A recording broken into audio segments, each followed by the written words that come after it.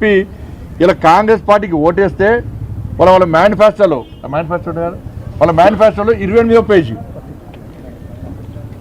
ఇగో manifesto ఇది కాంగ్రెస్ అభయహస్తం manifesto వీళ్ళది లో 28వ పేజీ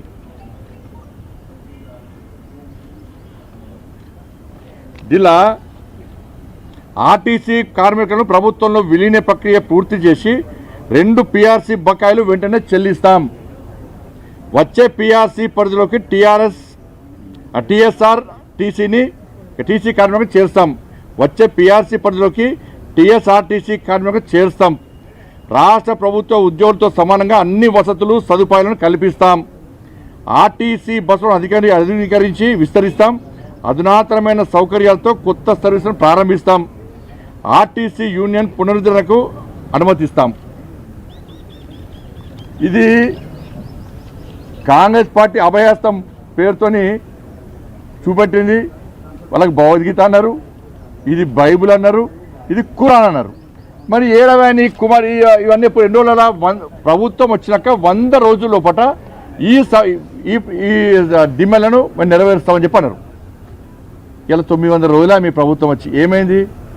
నువ్వు మేనిఫెస్టోలో ఏది పెట్టావు గదే అడుగుతున్నారు వాళ్ళు. నువ్వు ఏం చేస్తావు గదే అడుగుతున్నారు వాళ్ళు. నువ్వు చెప్తాన్న మాటనే అడుగుతున్నారు వాళ్ళు. నేను నమ్మి ఓటేస్తే 100 రోజులు అమలు చేస్తాను, 900 రోజులే ఒక్క డిమాండ్ పరిష్కరిస్తలేవు. న్యాయబద్ధమైన గొంతెమ్మ కోరికలు కొడతలేరు. న్యాయబద్ధ డిమాండ్ అడితే కూడా నువ్వు మాట్లాడకుంటే ఇవాళ ఒక కార్మికుడు ఆత్మహత్య చనిపోయి ఇంకో కార్మికుడు నల్గొండ ఆత్మహత్య ప్రయత్నం చేసుకున్నాడు. నేను కార్మికుడిని అప్పీల్ చేస్తున్నా, మీ కుటుంబాలు అనాథలు చేయకండి, ఉండి కొట్లాడాలి.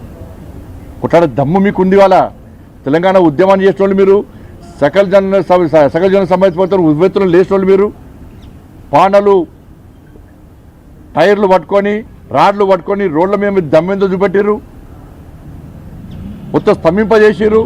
దమ్మున్న కార్మికులు మీరు. ఇవాళ మీరు బలిదానం చేసుకుంటే మీ కుటుంబాలు అనాథలు అవుతాయి.